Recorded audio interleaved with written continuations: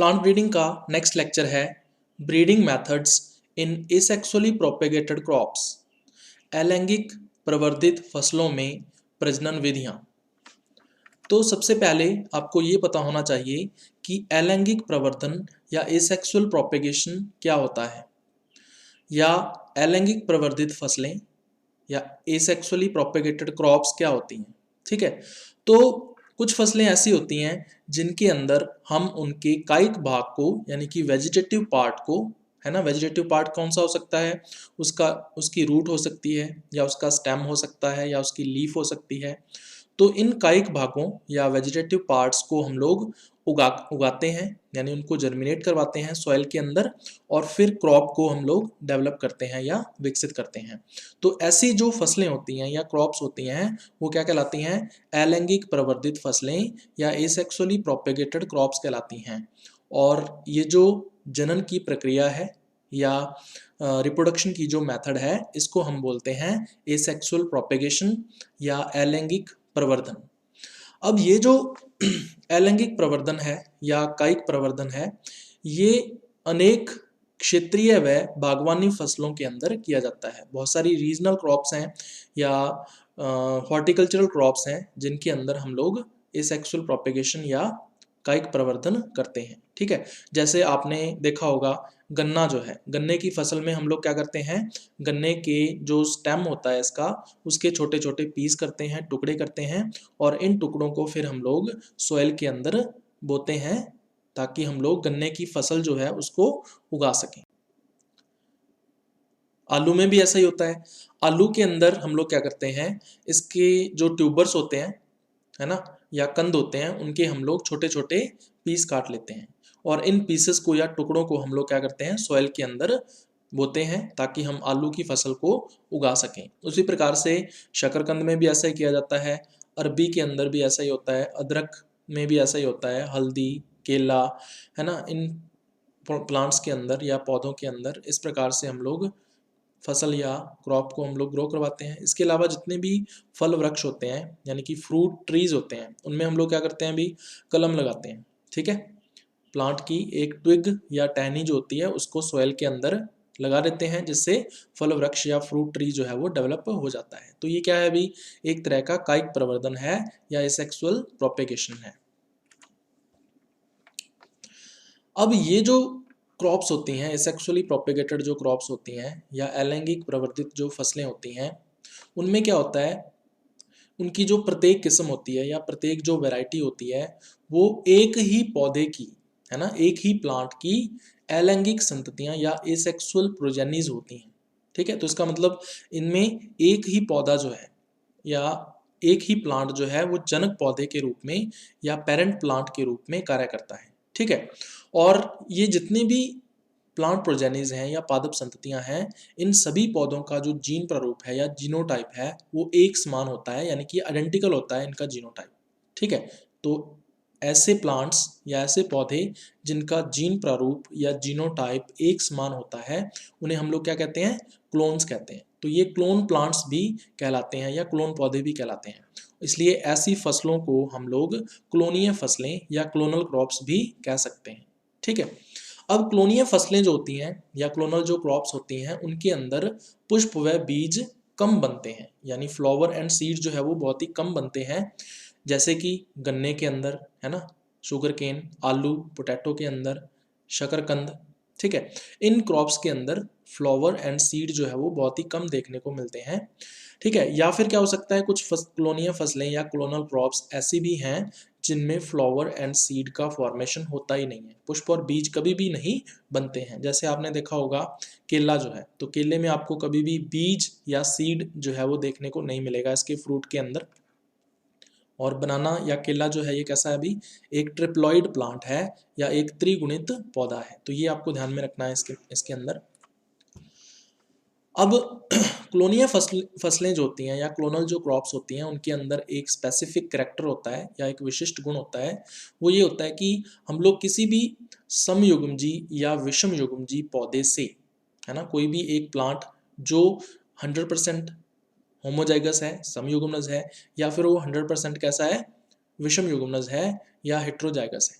ठीक है। उस एक प्लांट से हम लोग क्या कर सकते हैं अभी, उसका कायिक प्रवर्धन कर सकते हैं या वेजिटेटिव प्रोपेगेशन कर सकते हैं, और उसके द्वारा फिर हम क्या कर सकते हैं, न्यू वैरायटी को डेवलप कर सकते हैं या नई किस्म को विकसित कर सकते हैं। ठीक है, तो ये क्लोनीय फसलों का विशिष्ट गुण या स्पेसिफिक कैरेक्टर होता है।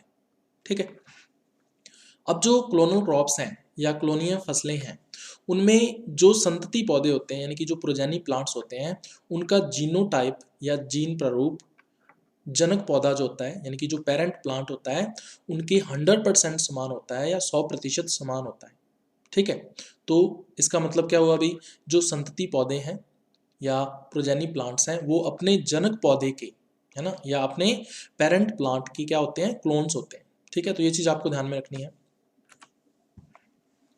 अब एक क्लोन पौधे का जो लक्षण प्रारूप है ना, एक क्लोन प्लांट का जो फिनोटाइप है, ठीक है, इसके जीन प्रारूप पर, इसका जो जीनोटाइप होता है इस क्लोन प्लांट का, वातावरण के प्रभाव द्वारा उसके ऊपर एनवायरनमेंट का इफेक्ट पड़ता है और उसके द्वारा निर्धारित किया जाता है। ठीक है, यानी ये जो क्लोन प्लांट है इसका लक्षण प्रारूप या फिनोटाइप कैसे निर्धारित किया जाएगा, इस क्लोन पौधे के जीन प्रारूप के ऊपर यानी जीनोटाइप के ऊपर जो एनवायरनमेंट है या वातावरण है उसके प्रभाव के द्वारा निर्धारित किया जाएगा। ठीक है, तो इसको हम लोग इस फॉर्मूले से प्रदर्शित कर सकते हैं। तो ये फॉर्मूला आपको ध्यान में रखना है भाई, P is equal to G plus E plus G into E. ठीक है, यहाँ पे P क्या है अभी, P यहाँ पे क्या है, फिनोटाइप है यानी कि लक्षण प्रारूप है। G का मतलब यहाँ पे क्या है, जीनोटाइप है यानी कि जीन प्रारूप है। और E का मतलब यहाँ पे क्या है, एनवायरनमेंट है यानी कि वातावरण है। तो ये फॉर्मूला आपको ध्यान में रखना है भाई, इसके ऊपर क्वेश्चन पूछा जा सकता है। अब ये इसके ऊपर भी क्वेश्चन आता है कि जो क्लोन्स होते हैं, है ना, वो अधिकतर क्या होते हैं, विषम युग्मज होते हैं, है ना, अधिक विषम युग्मज होते हैं यानी कि मोर हेट्रोजाइगस होते हैं। तो आपसे ये क्वेश्चन पूछा जाएगा कि जो क्लोनल क्रॉप्स हैं, है ना, या सेक्सुअली प्रोपेगेटेड जो क्रॉप्स होती हैं, है ना, अलैंगिक प्रवर्धित जो फसलें हैं, वो कैसी होती हैं, समयुग्मज होती हैं या विषम युग्मज होती हैं, यानी होमोजाइगस होती हैं या हेट्रोजाइगस होती हैं। तो आप लोग क्या बताओगे, अधिक हेट्रोजाइगस यानी अधिक विषम युग्मज होती हैं।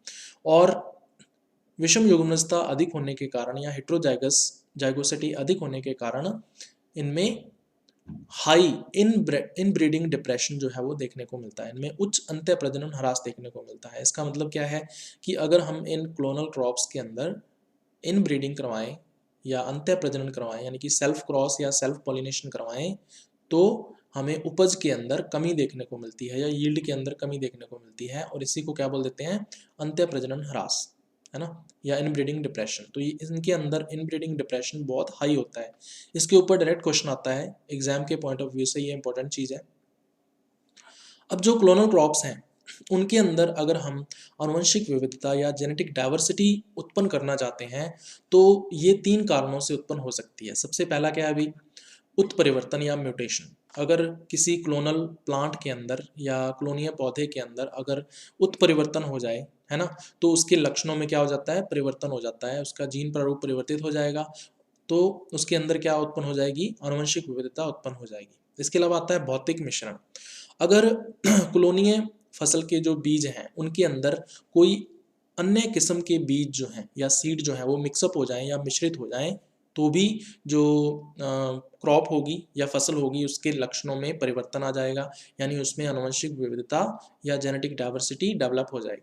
इसके अलावा क्या होता है अभी, लैंगिक जनन या सेक्सुअल रिप्रोडक्शन। तो सेक्सुअल रिप्रोडक्शन में क्या होता है अभी, मियोसिस या अर्धसूत्री विभाजन होता है, ठीक है, जिसके अंदर क्रॉसिंग ओवर यानी जीन विनिमय होता है, और इसी जीन विनिमय की वजह से नए कॉम्बिनेशंस बनते हैं या नए संयोजन बनते हैं, ठीक है, जिसकी वजह से क्लोनल क्रॉप के अंदर आनुवंशिक विविधता या जेनेटिक डाइवर्सिटी उत्पन्न हो जाती है। तो इन 3 कारणों से क्लोनल क्रॉप्स के अंदर जेनेटिक डाइवर्सिटी उत्पन्न हो सकती है। अब एक टर्म आती है क्लोनीय अपहरासन या क्लोनल डीजेनरेशन। इसके ऊपर डायरेक्ट क्वेश्चन पूछा जाता है, तो एग्जाम के पॉइंट ऑफ व्यू से ये इंपॉर्टेंट है, इसको आपको ध्यान से समझना है। तो अधिकांश फसलों के यानी मोस्ट ऑफ द क्रॉप्स के जो क्लोन्स होते हैं यानी जो क्लोन प्लांट्स होते हैं, उनकी ओज व उपज जो होती है ना, उनकी जो विगर एंड जो यील्ड होती है, वो टाइम के साथ साथ यानी समय के साथ साथ उनमें क्या आ जाती है, कमी आती जाती है, यानी ओज जो है वो भी कम होती जाएगी और जो उपज है वो भी कम होती जाएगी। इसको क्या बोलते हैं, क्लोनीय अपहरासन या क्लोनल डीजनरेशन कहते हैं। ठीक है, अब ये जो क्लोनल डीजनरेशन है वो किन कारणों से हो सकता है, तो इसके 3 मेन कारण हो सकते हैं। सबसे पहला कारण मैंने पहले भी बताया आपको, उत्परिवर्तन। ठीक है, तो म्यूटेशन जो है वो किसी भी क्लोनल प्लांट के अंदर उत्पन्न हो सकता है, जिसकी वजह से जो उपज व ओज है वो कम हो सकती है। ठीक है, दूसरा क्या हो सकता है अभी, वायरस जनित रोग, यानी वायरस के द्वारा अगर कोई डिजीज कॉज की जाती है क्लोनल क्रॉप्स के अंदर, तो भी जो उपज है या यील्ड है या विगर और ओज है उसके अंदर कमी आ जाती है। और तीसरा कारण क्या हो सकता है अभी, जीवाणु जनित रोग, अगर किसी बैक्टीरिया के द्वारा डिजीज कॉज की जाती है क्लोनल क्रॉप के अंदर, तो भी उसकी ओज व उपज के अंदर कमी आ जाती है। तो ये 3 कारण हो सकते हैं क्लोनीय अपहरासन के या क्लोनल डिजेनरेशन के। तो इसके ऊपर डायरेक्ट क्वेश्चन पूछा जाता है, इंपॉर्टेंट चीज़ है, इसको आपको ध्यान से समझना है। उसके बाद हम लोग बात करेंगे क्लोनीय फसलों की प्रजनन विधियां जो होती हैं, यानी कि क्लोनल क्रॉप्स के अंदर हम लोग जो ब्रीडिंग मेथड्स यूज करते हैं उसके अंदर 3 मेन स्टेप्स या 3 मुख्य चरण होते हैं। सबसे पहला स्टेप हमारा क्या होता है, आनुवंशिक विविधता विकसित करना। नॉर्मली जो क्लोनल क्रॉप्स होते हैं उनके अंदर आनुवंशिक विविधता की कमी होती है। ठीक है, तो सबसे पहला काम हमारा क्या है कि उनके अंदर आनुवंशिक विविधता या जेनेटिक डाइवर्सिटी को डेवलप करना है। ठीक है, तो पहला स्टेप हमारा ये रहता है। दूसरा, जब हम आनुवंशिक विविधता विकसित कर लेते हैं क्लोनल क्रॉप्स के अंदर, तो फिर हम लोग क्या करते हैं अभी, वरण करते हैं या सिलेक्शन करते हैं। किसका सिलेक्शन करेंगे, उत्कृष्ट पौधों का या सुपीरियर प्लांट्स का। ठीक है, तो ये दूसरा स्टेप हमारा रहेगा। और तीसरा स्टेप हमारा क्या रहता है, मल्टीप्लिकेशन का या गुणन का। और गुणन के लिए हम लोग क्या करते हैं अभी, अलैंगिक प्रवर्धन करवाते हैं, यानी कि एसेक्सुअल प्रोपेगेशन करवाते हैं क्लोनल क्रॉप्स के अंदर। ठीक है, ताकि हम लोग उसका गुणन कर सकें या मल्टीप्लिकेशन कर सकें और फिर उसका फार्मर्स के अंदर या बीज किसानों के अंदर उसका वितरण कर सकें। उसके बाद लास्ट में आता है आनुवंशिक विविधता के स्रोत के आधार पर, यानी कि जो आनुवंशिक विविधता है या जेनेटिक डाइवर्सिटी है उसका स्रोत क्या है, उसका सोर्स क्या है, इस आधार पर क्लोनल क्रॉप्स के अंदर 2 ब्रीडिंग मेथड्स का उपयोग किया जाता है। सबसे पहला है क्लोनीय वरण या इसको क्लोनल सिलेक्शन भी बोल देते हैं, और दूसरी मेथड है संकरण या इसको हाइब्रिडाइजेशन भी बोल देते हैं। ठीक है, इन दोनों मेथड्स का हम लोग डिटेल में अध्ययन करेंगे अपने नेक्स्ट लेक्चर के अंदर।